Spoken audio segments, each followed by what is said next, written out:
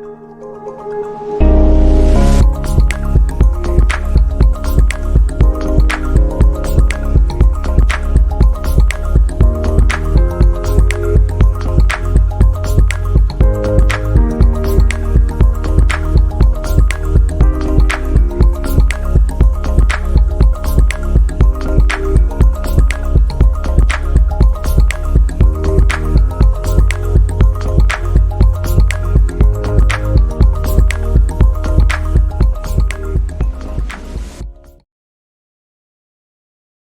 am here with my cohort, Connie Baxter Marlow. She is the author of the Trust Frequency 10 Assumptions for a New Paradigm. And I'm Sande Hart. I'm the author of The Liminal Odyssey, which is a book, a philosophy, and an adventure. And it's in that philosophy, as it was unfolding in the storytelling of writing the book, that when I applied the power of the trust frequency to what I was discovering, it shifted more than the frequency and the paradigm. It was the bonding agent that made it all work together, which I'm really excited to be able to share with you all here. We're excited to share this practical application of the trust frequency through the lens of the Liminal Odyssey, and in the short time that we have today, which explains why Connie and I are going to talk as quickly as we can and get through what we can. So Connie, can we hear your voice and say hi? How do you do? It's wonderful to be here with my cohort, Sande, and in this co-creative space where something is birthed that neither one of us had, but something is birthed through our coming together. And it's just wonderful to be here. I love co-creating with Connie and Andrew even as well. And so, yeah, thank you. I'm just honored to be here. Let's start with with the word liminal, which means threshold, but in the Liminal Odyssey, it means more than threshold. It's in the condition of the Liminal Odyssey where it's an invitation to step into, not over, the spaces between crisis and action, dilemma and choice, between the seed that is planted in the ground and begins to disintegrate and decays so that it can start its journey to the soil to live its full potential and purpose, or this evolutionary growth spurt that we're all in right now, which we are in between where we've been for the last many thousands of years and to the unknown place that's calling us. So we are in the liminality, folks. We're in it right now. And yet we don't know where we're going, but we know we're on our way. And it's in the in-between where we find our moments of choice, where we have not just the opportunity, but the awesome responsibility to ensure where we go, which we are co-creating together right now, especially during World Unity Week, that we are in our full integrity and that we leave the baggage behind that no longer serves us. This is critical. It's critical to the Liminal Odyssey. It's criminal. It's critical to where we are going. I know I want to be clean and clear of baggage and in my full integrity when we get there, because I don't want to be poisoning the water hole for you all or myself or my next 7 generations.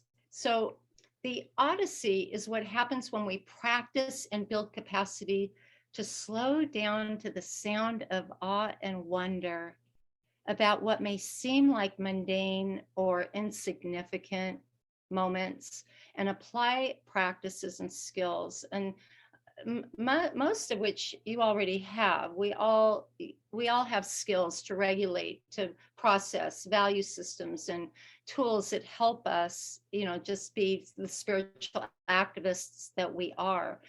And yet it's not just about showing up in those skills and in that integrity.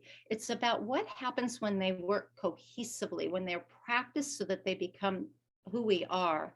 And it's in that cohesive, coherent being of this collection of these skills, which is where the Liminal Odyssey philosophy kicks in, results in not only seeing the sacred geometry of our lives, but the momentary opportunities that are meant to be ours, ultimately preparing us as stewards of this new reality that we're rowing towards together in this magical canoe, and or perhaps even approaching its gates. And we're there now. We are on our way, if not close.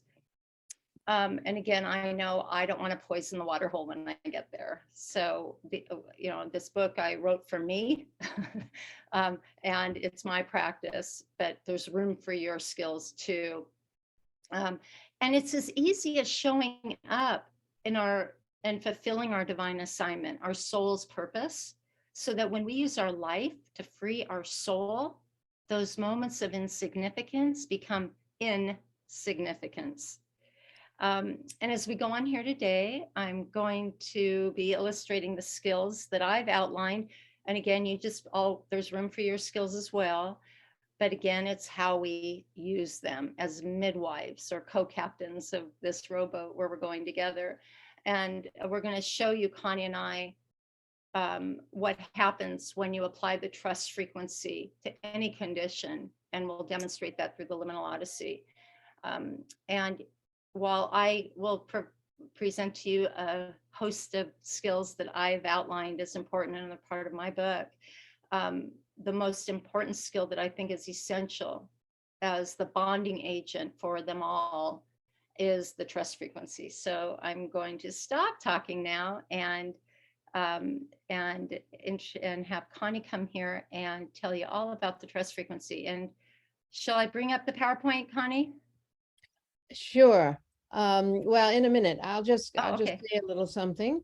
Yeah. And that is that I always felt we were out of balance. And I started looking for the missing pieces of our paradigm, what had us out of balance. And I looked in Europe and I found the same thinking in Europe. And then I came back to the United States, and these visionary elders, indigenous elders, Native American elders started coming into my life, because the answers you get depend on the questions you ask. And here they came into my life to show me these missing pieces of the paradigm. And I got it. I got that what they're carrying for us is the true nature of the universe, clues to the true nature of the universe, because nobody's lived it yet. It's the great mystery, as the Native people say. So we're yet to move into it. And this time together with Sande and me, bringing her experience and her insights and my experience and my insights together, we bring a little more of a piece of a puzzle. And one day, all of humanity is going to fit all these pieces together of this puzzle, and we're going to see something we've never seen before in the history of the planet. We're not going back to anything. We're going forward into a higher frequency. So I want to just share that. And in my knowing, the earth is moving into a higher frequency. So we have that work to do, to face our shadow, to get our baggage unpacked so that we can raise ourselves in frequency and keep up with the earth and bring this to pass on earth. So what I'm going to do is I'm going to just give a sort of a meditative approach to this construct on the nature of the universe that I feel I've been given through my own intuition, through experience, through the people who've come into my life, and share it in this way so that you can not take in your left brain necessarily, in your whole being. So I'm going to lead it in kind of a meditative way. And so I would like you, because it's a lot of information, and you'll see what resonates and what doesn't, and just let it flow. So I'm going to just sort of take us into this space. So please sit comfortably in your chair in an open, receptive state. Take a few deep, slow breaths.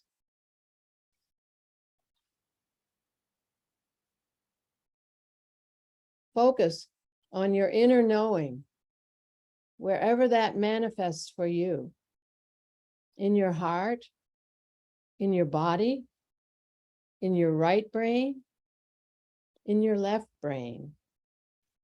Allow the words I will be reading to flow through that space without judgment, Accept them as absolutely true. Let any resistance melt into the now space and just be with the ideas that create the container for our time together today. I will first offer some definitions of the words I will be using. Then 10 assumptions for a new paradigm. And Sande will bring them into practice on the liminal odyssey. So I'm going to read these definitions and the 10 assumptions. So just let it flow. Okay. The definitions. Assumption, a core belief which we take to be true without question. A paradigm, a set of agreed upon assumptions which create a consensus reality. Humanity, a collection of divine, autonomous, sovereign beings who have chosen to incarnate on earth to learn and grow on their soul's journey to wholeness, each with an individual purpose and a unique gift. Love, the fundamental unifying and creative force of the universe. Frequency, the vibratory rate that determines the characteristics of a particular reality. There is a wide range of frequencies, each with its own reality and its own distinct laws. The trust frequency, where the soul's destiny awaits, with more abundance, balance, freedom, and joy than we can fathom, where the true nature of the universe is experienced.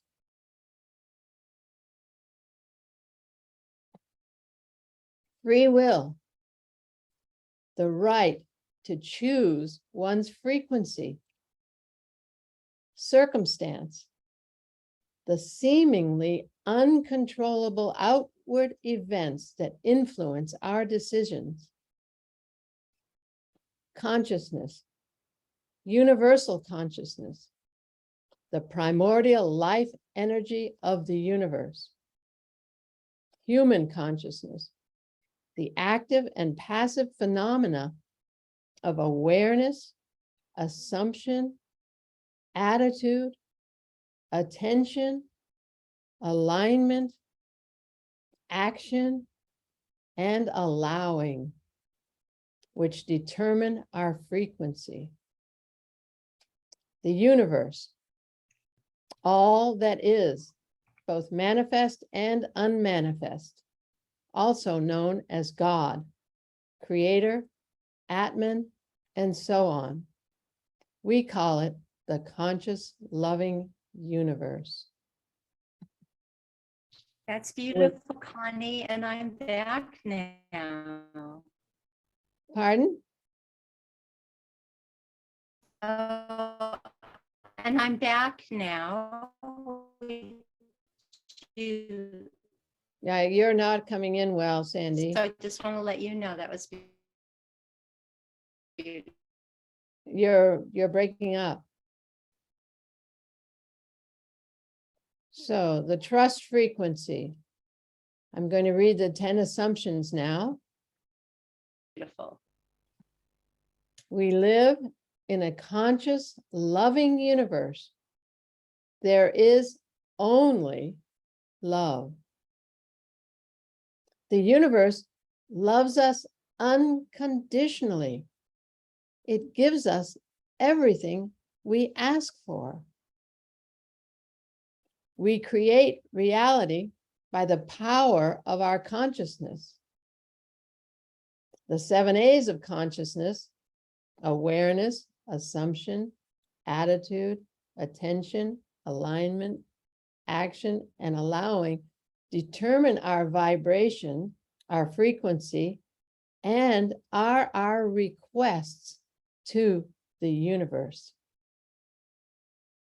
Free will is an absolute law of the universe. We have the freedom to choose our frequency. We are masters of our own destiny.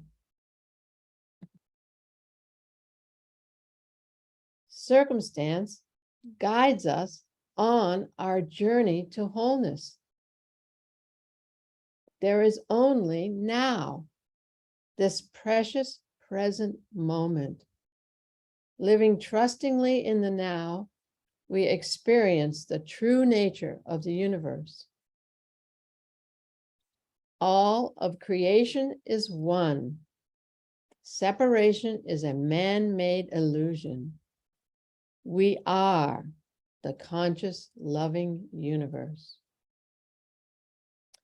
Humanity is on an evolutionary upward spiral, leading inexorably to a higher reality, the trust frequency, heaven on earth. The trust frequency is a real place of unfathomable joy, peace, and abundance that is freely available to anyone, anywhere, anytime. Those are the 10 assumptions. And I also have the 7 A's, the 7 aspects of our consciousness that are our requests to the loving universe. I have those in one sentence that I'm going to share with you now. With expanded awareness and accurate assumptions, we choose our attitude, consciously direct our attention, align with our highest inner promptings, take committed action, and allow the loving universe to manifest beyond our wildest dreams.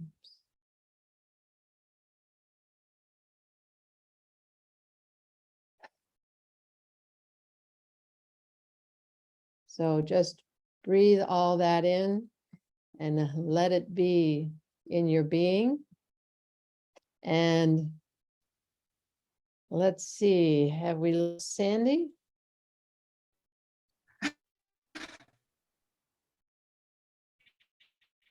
So Sandy. I don't know, have you?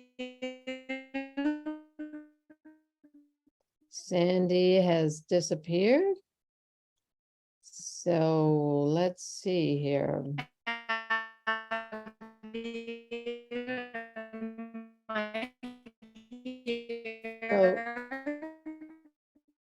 Sande, you're breaking up. She's at the bottom, I see, and she's turned off her video so she can I be. know, and I can't reach you. I can't reach you anywhere. And this is heartbreaking because Connie and I worked so hard at We can hear you. Oh. We can hear you. Barely. I'm hoping you So- can hear me Sandy. now, and I'm so sorry to be a disruption here. Can you hear me? I can't hear you. You might, I'm not sure if this will help, but you might imagine a waterfall between you and your computer. That's sometimes a shamanic practice that neutralizes any static. Well, I can just go over her 12 practices and just to express them. There is the sacred art of listening. There is timefulness. There is forgiveness. There's relativity to our natural world. There's cultivating synchronicities, respect and healing of intergenerational trauma, recognizing archetypal personalities, maiden, mother, crone, impeccability and integrity of our thoughts, behaviors, and language, mindfulness, body awareness, identifying and living our divinity, and being the sacred gardener. So I'm just so sorry Sandy's not here to share with us the magic of the liminal odyssey. But what the essence of it is that indeed we trust a loving universe. And we pay attention to those spaces in between, to those synchronicities that come forth in the mundane of our lives, in our everyday lives, and we notice the magic in them. And as we trust, and as we move into that frequency where the magic lives, Sandy's book is full of magic. Sandy's life is full of magic. And as we move into that space, we manifest those magical moments, those magical things that come to us that we couldn't have ever fathomed. Sandy has a story of heart rocks coming to her just out of the blue, practically. She has many stories of experiences in her life that had these synchronicities of her walking into these synchronicities and listening to her heart and her spirit and taking action from that place that have led her on what she is calling the liminal odyssey. Are you there, Sandy? I see her face. I don't think that she's able to speak somehow because she is unmuted.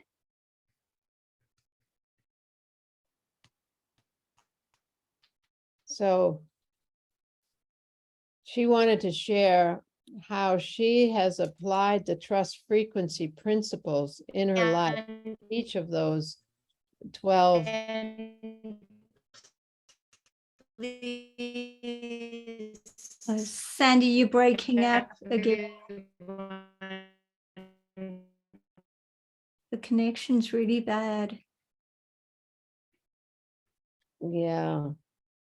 So let's see, where do we go from here? Because she was going to take this time to really go into her 12 practices and skills. And all I can say is that her sacred art of listening was to pay attention to our hearts, to pay attention to the circumstances in the world, how the universe is talking to us, and acting from that place where what we hear from the universe, from our hearts, from our bodies.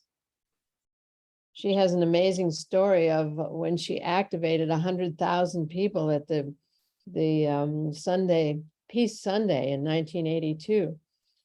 That she just, because there was a dog left in a parked car on a very hot day, and she was aware of this dog, and she just stood up and said, "What about the dog?" to the people. And then the first follower next to her stood up and said, "What about the dog?" And eventually the whole 100,000 people were asking the MC, "What about the dog?" And the dog ultimately was taken care of. But this was an example of listening and acting on what we're told by our being, by our essence.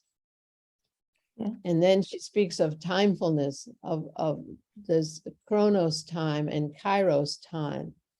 The Chronos time is the clock time, and Kairos time is that time that the indigenous peoples live in, that is just creator's time, where things happen as they should and when they should.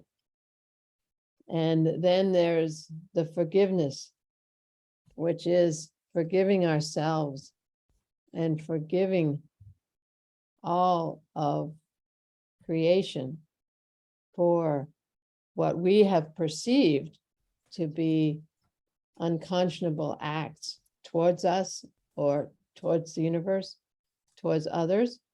But ultimately, what we understand is that it's all love, that we're on an evolutionary upward spiral. We're processing fear and separation and scarcity, and it's all been of service for us to bring peace on earth. So we move into forgiveness and allowing and knowing that it all is of service. And then there's the relativity to our natural world, relating heart to heart with the spirit of all that is, and knowing that those beings, and the indigenous peoples know this so well, the spirit in all of creation that wants to communicate with us and wants to work with us. And now we're starting to hear them. We're starting to have that communication. So it's just such an exciting time that we are getting into that frequency where we're going to be able to hear them and act on their advice, which the native people have done forever. They know there's a spirit in the rocks. They can talk to rocks, have two-way conversations with rocks. I've known this for decades, and I've just been waiting for when it's my time to be able to have a two-way conversation with a rock. But it's coming now. And now then there's cultivating synchronicities, which is that watching and listening and acting and allowing and knowing that those synchronicities are for us. That's the loving universe showing up for us to take us into the magic.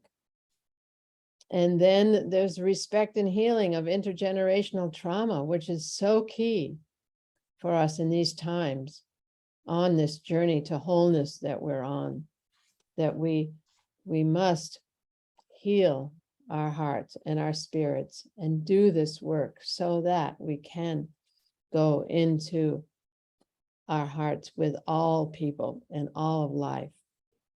So that's a very key, important practice. And then the recognizing of archetypal personalities, knowing that there's different stages of life, that we are all moving through these stages of life, and to honor each of them in ourselves and in others. And there's the impeccability and integrity of our thoughts, behaviors, and language, which is so key for our vibratory level, to know that it's all vibration, it's all energy, and that it's key that we are impeccable, that we are in integrity, that we watch the vibration of every thought we have, and every word we use is key, because we're feeding the collective consciousness with our thoughts, our emotions, and every word we speak, and every thought we have. That they're proving that now with the modern science, with the unified physics, that our emotions affect our DNA, and our DNA affects all of the creation, because we're all one. It's a key piece. And then mindfulness of really being so aware of those 7 A's of our consciousness, being so mindful and making that choice on an hour-by-hour basis, what we do with our awareness, our assumptions, our attitude, our attention, our alignment, our action, and our allowing. This is key for our personal journey and for our journey as a collective, that we are mindful of each of those 7 aspects of our consciousness that are our requests to the loving universe. They are our requests, and it is purely physics. It's vibration, it's frequency. So we must be mindful. If whenever those thoughts come up, we must check and say, hey, do I want to be feeding the collective consciousness with this vibratory level? Do I want to feed the collective consciousness with the vibration of peace and love and interconnectedness? Or do I want to feed it? Do I want to put my attention on resistance and on the lower aspects of what we're moving out of? It's over. That stuff is over. It's time now. We're being pulled into a new future. And so it's key that we are mindful of those aspects of our consciousness, as well as all others. Many other words that begin with A, acceptance, etc. There's many different aspects of our consciousness that create our vibratory level, and we must be mindful on a moment by moment basis. And then there's body awareness, just being aware of what our body is telling us. Is it telling us, go, do something else, leave this situation, this isn't okay, this is okay? We need to listen to our bodies and cultivate that sensitivity of our body so it can communicate with us. And then living and identifying our divinity, which is just opening our hearts and acting according to the dictates of our hearts, and acting accordingly and living into that divine gift and who we came here to be, and bringing our piece of that puzzle to the big puzzle, so that ultimately we can see this picture that's never been seen before, because it's counting on each of us to bring our piece to the party, to the puzzle. And then being the sacred gardener, just tilling those fields and loving on each other and on ourselves, and bringing those nutrients to this process is so important. So hopefully I've done justice to Sande's work. And I guess she's still, there she is. You back? The question is, can you hear me? Yes. Ah, you're an angel. Everyone is experiencing what true goddess, crone, spiritual activist looks like.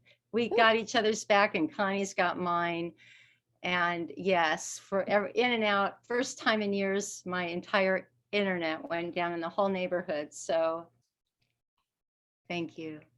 So Sande, give them a little taste from you of your 12 skills and practices, because I did my best. Oh, you are stunning. I just love you so much. I couldn't love you more, actually. And all of you patient people with good senses of humor.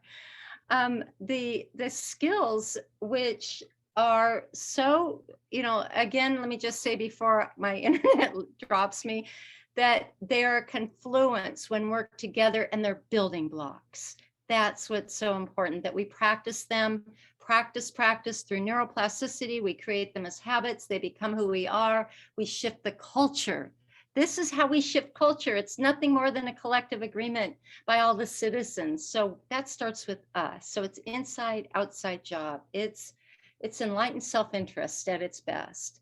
The sacred art of listening. And Connie, forgive me if you've gone through over these again. I know you were doing such a stunning job from what I can hear, but perhaps I'll just do them again. And yeah, please. And looking at the time, I think we can do this. Go, girl. I'm a little afraid to show you my screen. Connie and I worked for a long time on this beautiful presentation, which perhaps we can re-record and put out in the world again. It really deserves to see the light of day. The sacred art of listening is so important to the process, and how the trust frequency impacts that is through our level of attention, that attention. And by the way, I'm going to be mentioning all of the 7 A's. They're so great to just put them on your bathroom mirror, memorize them, whatever you do, bring them up. That Connie mentioned earlier, and perhaps even since I was gone. Paying attention, the sacred art of listening is so important, to really listen not only another soul into a condition of discovery and disclosure, but our own soul and soul's purpose into a condition of discovery and disclosure. Timefulness, that's the word I coined. And we know how to be mindful. We know how to be careful. We know how to be thoughtful. We could do a lot more with being timeful, stepping into those places, those what appear to be cracks in the sidewalk, but really climb in there and see this massive Grand Canyon, this odyssey you can possibly have when you take the time to slow down to that awe and wonder. Forgiveness is another skill. Forgiveness, that's a big one. That's a big one. And what is important there. Oh, and by the way, for timefulness, awareness, and free will.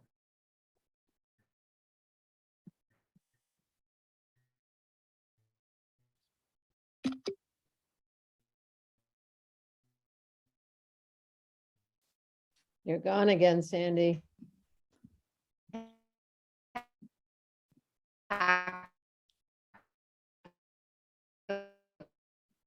Punch, really important. Forgiveness, allowing and paying attention to your attitude. And also remembering that forgiveness is, shall I try this again? Or am I being, am I back? I know this is disrupting and I'm so terribly sorry. Sandy, if you want to share something, I don't mind doing your screen sharing with you. If Connie could maybe send it to me, Connie. You know, Connie's already gone through more than half of it. So thank you, Hasina. That's so beautiful of you. Can you hear me now? I don't have the final one, Hasina. Yeah, I've got it. Let me know if you can hear me. Yes, we can hear you. Okay, let me do this again. Let's just take advantage in timefulness. Cultivating synchronicities is really important, because when you pay attention to what's happening or ask what's that about or what does that mean, if it's meaningful, slow down in the synchronicities. And therein comes allowing and awareness and alignment. Really, really important. Respect and healing of intergenerational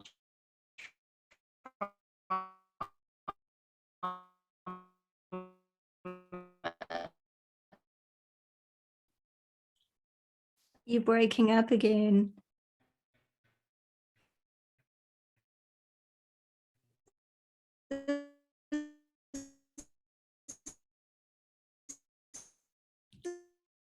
Sandy, you're Yeah, gone. you're breaking up.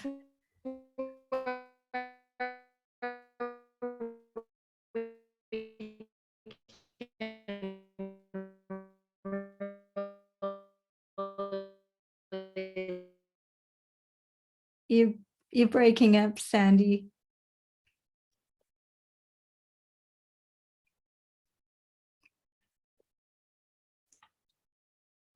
Well, until Sandy comes back, Connie, I would love to know, how did you come across the trust frequency? Did it just come to you and Sandy? in our load, in our baggage. Yeah. For me, the trust frequency, I saw it through these indigenous elders. I saw this other way of being, and I got it, that it was a trust-based paradigm. And other spirit just brought me other information and my own intuitive. I say that I got it through deductive reasoning, because I'm very much in my head. And so I just saw A plus B equals C, and I got it. It's my reality, A to Z. Absolutely true. There is only love, which is a huge leap, because it's the leap beyond duality. It's not the leap into non-duality.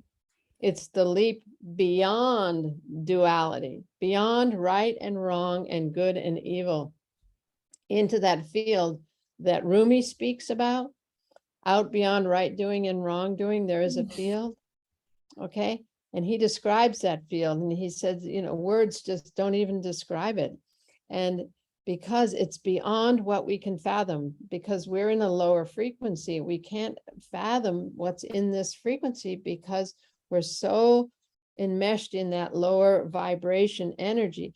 And it's my understanding that we've been transmuting these energies for all of creation, that it's been our job. There's no shame, no blame. Nobody's been lying to anybody. It's a lower frequency energy that we've all responded to.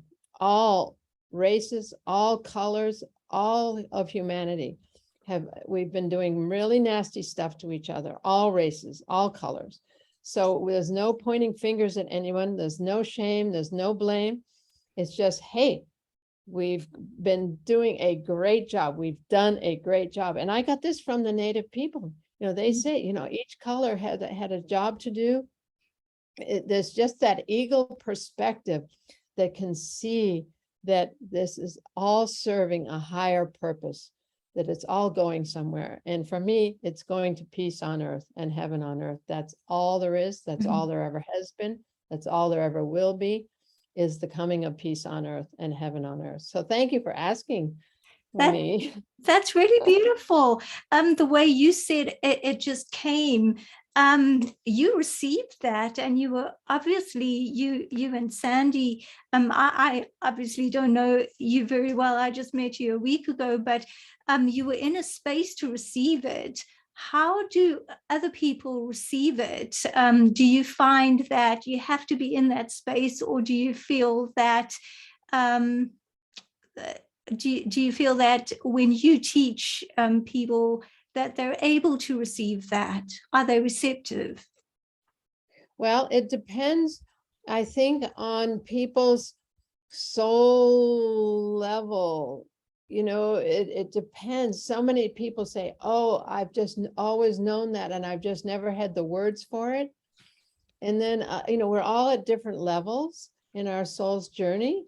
And so it's just a matter of what resonates, what pieces resonate with one at one time in one's life. And then as one moves into the higher frequency and this liminal odyssey that Sande's talking about, these magical moments. See, this is a case in point, because in the trust frequency, the laws are expanded. It's a different reality, entirely different reality. I see it, I know it. It's my reality. And I, like John Lennon describes it in Imagine, you know, Jesus showed us what it looks like with the healing and with the loaves and the fishes. There's unlimited abundance in this frequency. So there's nothing to fight over. We know we're one. We get it that we're one. The veil has thinned. So there's nothing to fight over, no one to fight with. Peace on earth is a given. We lay down the weapons of war because it's absurd. And there's no shame, no blame for where we've been, because we've been doing a very important job. And that is to feel these energies, live these energies, and transmute them, and then walk into our hearts and bring heaven to earth. So it's a very universal perspective that takes the lower vibration out of it. You know, if you're guilty, if you're feeling guilty, if you're feeling shamed, you're feeling, you know, less than, you're not able to get into that frequency. Yeah. And this perspective says, hey, it's all good. It's all okay. Let's just do the work so we can bring forth peace on earth. And now I just am watching it unfold, and I just don't know why I've seen it for 30 years if it hasn't already happened somehow. And I'm just watching it on a global level, like this World Unity Week, like humanities team with the oneness thing that they started 10 years ago, Neil Donald Walsh, you know, okay, yep, it's coming, quantum science now. You know, Nassim Haramein and Jude Currivan, you know, just listen to the words on people's lips, even look at billboards. I saw a billboard coming across the country last year that said compassion on a huge billboard. Just watch the signs. It's happening, and then trust it and walk it.